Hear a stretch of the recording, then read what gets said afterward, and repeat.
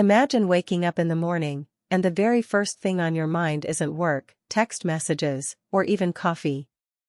Instead, you're thinking about just one thing: will you survive until sunset? Every single day in the Stone Age was a gamble. One wrong step could mean being trampled by a mammoth, bitten by a venomous snake, or leaving your entire family without food.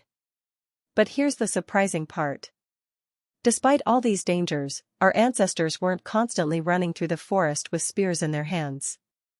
In reality, they spent most of their time doing completely different things, some of which might actually seem surprisingly familiar to us today.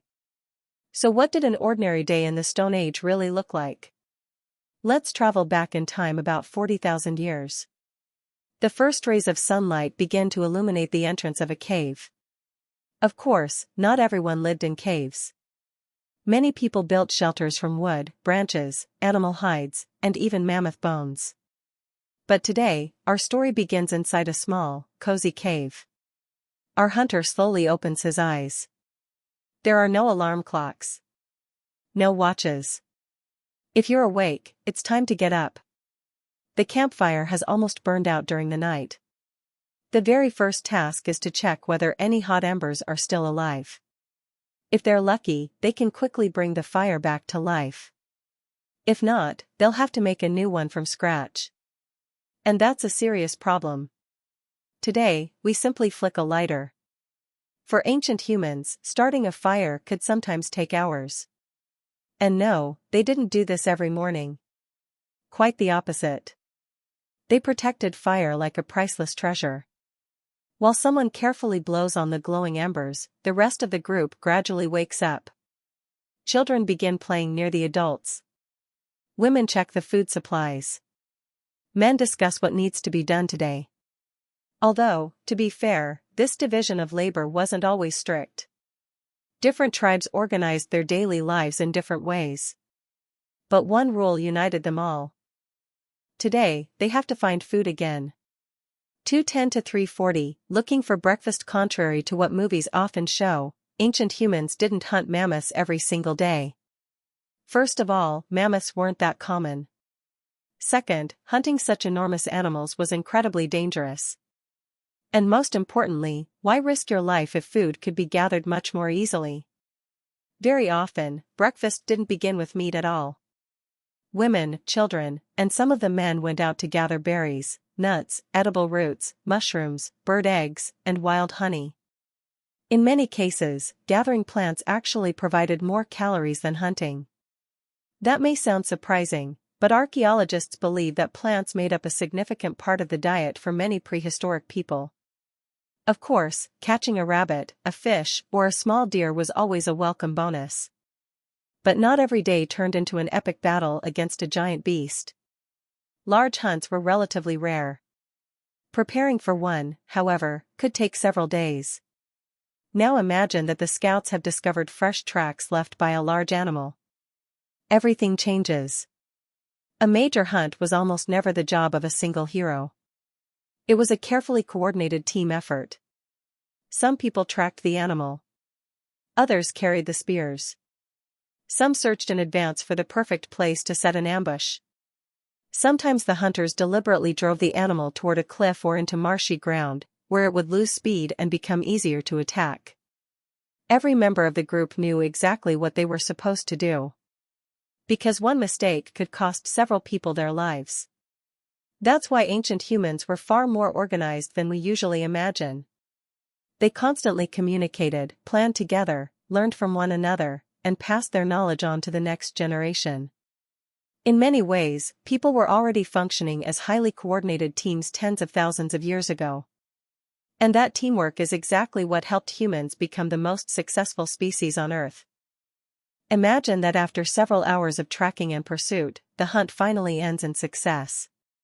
You might think this is the moment everyone can finally relax. But in reality, the hardest work is only beginning. The animal must be butchered as quickly as possible, and not just because the meat could spoil. The scent of fresh prey spreads fast. And it doesn't only attract people. Within minutes, wolves, hyenas, bears, and even saber-toothed cats could appear. There was no time to waste. Every member of the group immediately got to work. Some cut the meat into manageable pieces. Others carefully removed the hide.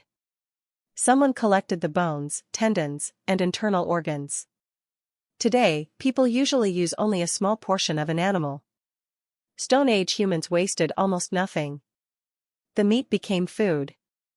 The hide was turned into clothing, shoes, blankets, or coverings for shelters. Bones became needles, knives, fishing hooks, and spear points. Tendons were transformed into incredibly strong thread. Even the fat was precious. It was used for cooking, lighting, and protecting the skin from freezing temperatures. For an ancient human, one large animal meant far more than just dinner. It could provide the entire tribe with food and valuable materials for weeks. While the hunters returned with their prize, life back at the camp never stopped. Some repaired shelters damaged by rain or strong winds. Others wove baskets from flexible branches. Some twisted ropes from plant fibers or animal tendons. One of the most important jobs was making tools. Imagine that your only knife has become dull. Today, you'd simply buy a new one. 40,000 years ago, you had to create one yourself. First, you needed to find the right kind of stone. Flint was the favorite choice. Using another rock, skilled craftsmen carefully struck the flint, chipping off long, razor-sharp flakes. It looked simple. It wasn't. One strike that was too hard, or too soft, and hours of work could be ruined instantly. An experienced craftsman could shape a beautiful blade in just a few minutes. A beginner might break dozens of stones before making a usable tool. That's why talented toolmakers earned great respect within their tribe. When we imagine Stone Age children, many of us picture them running through the forest all day. The truth was much more interesting. Yes, children played. But almost every game also taught an important survival skill. Boys often practiced throwing small spears. Girls learned how to recognize edible plants. Although this division wasn't universal. In many groups, all children gradually learned the same essential survival skills. They learned to recognize animal tracks. They memorized which plants were dangerous. They practiced making fire. They watched adults craft tools and weapons. They even helped care for younger children. There were no schools. No classrooms. No textbooks. Yet learning happened every single day. Every walk through the wilderness became a lesson. Nature itself was the classroom. And life. Life was the final exam. Unfortunately, not everyone passed it. As the sun slowly disappeared beyond the horizon, the camp came alive in a different way. A large fire was lit once again in the center of the camp. This fire was the heart of everyday life. People cooked meals. Dried their clothes. Repaired weapons. Prepared animal hides. But perhaps most importantly, they talked. Contrary to popular belief, prehistoric people were highly social. They told stories. Shared the day's adventures. Discussed successful hunts. Warned one another about dangerous places. And passed their knowledge on to the children. This is how wisdom survived for thousands of years. Without books. Without writing. Without the internet. Only through memory and storytelling. Some scientists even believe that the first legends, the first jokes, and the very first true stories were born around campfires just like these. Perhaps this was the moment when human culture itself first began. It might seem as though prehistoric people spent every waking moment hunting, escaping predators, and struggling to survive.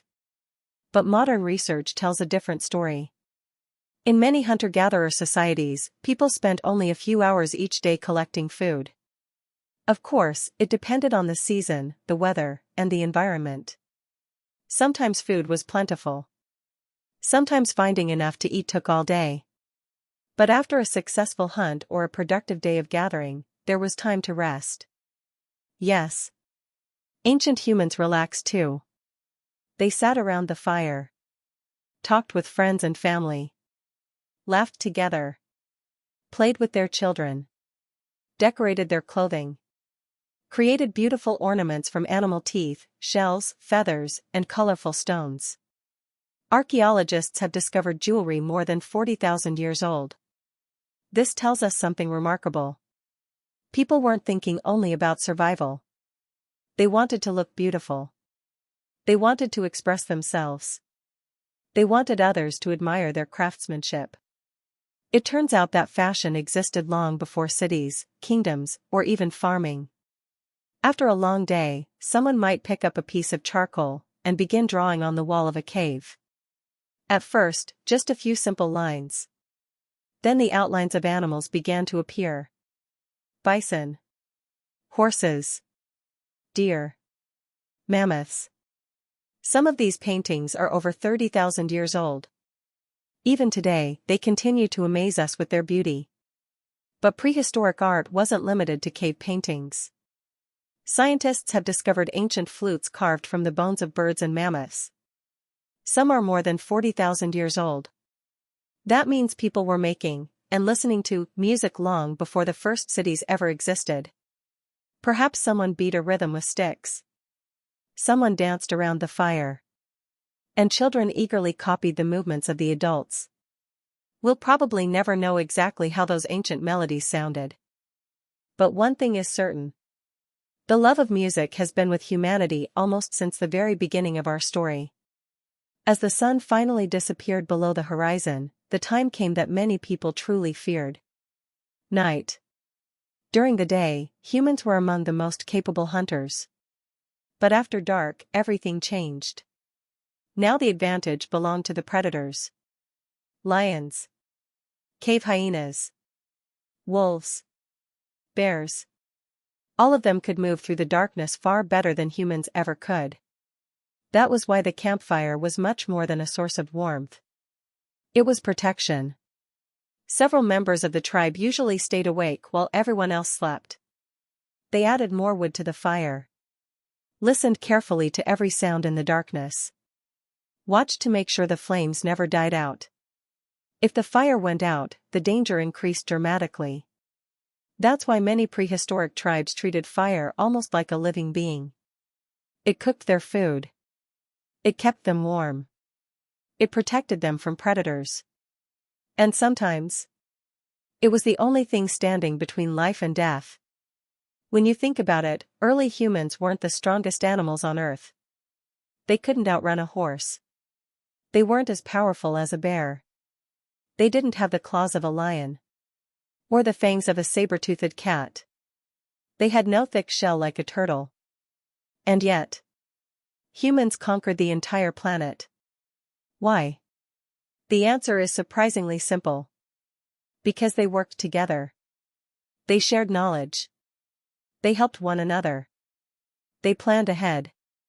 They invented better tools. They taught their children everything they had learned. Each generation knew just a little more than the one before it. And over thousands of years, those small improvements became an extraordinary leap forward. A simple stone spear eventually became a bronze one. Then an iron one. Writing was invented. Cities appeared. Ships crossed the oceans. Airplanes filled the skies. Computers changed the world. And eventually, the very devices you're using to watch this video.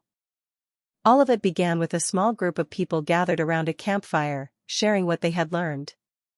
The next time you hear the words primitive human, try not to imagine a wild savage carrying a club. Instead, picture an ordinary person. Someone who woke up every morning, cared for their family, laughed with friends, learned new skills, made mistakes, dreamed about the future, loved, felt fear, and hoped that tomorrow would be just a little easier than today. Over tens of thousands of years, our homes, clothes, and technology have changed beyond recognition. But many of the things that make us human have remained exactly the same. We still gather together in the evenings. Only now, instead of sitting around a campfire, we gather beneath electric lights and glowing screens. We still tell stories, share news, laugh together, and learn from one another. Perhaps that's what truly makes us human. Not stone axes. Not smartphones. But our ability to come together. Thank you for watching until the very end. If you enjoyed discovering what life was really like for ancient humans, don't forget to like this video and subscribe to the channel. And let us know in the comments, if you could spend just one day in any period of history, which era would you choose? Thanks for watching, and I'll see you in the next video.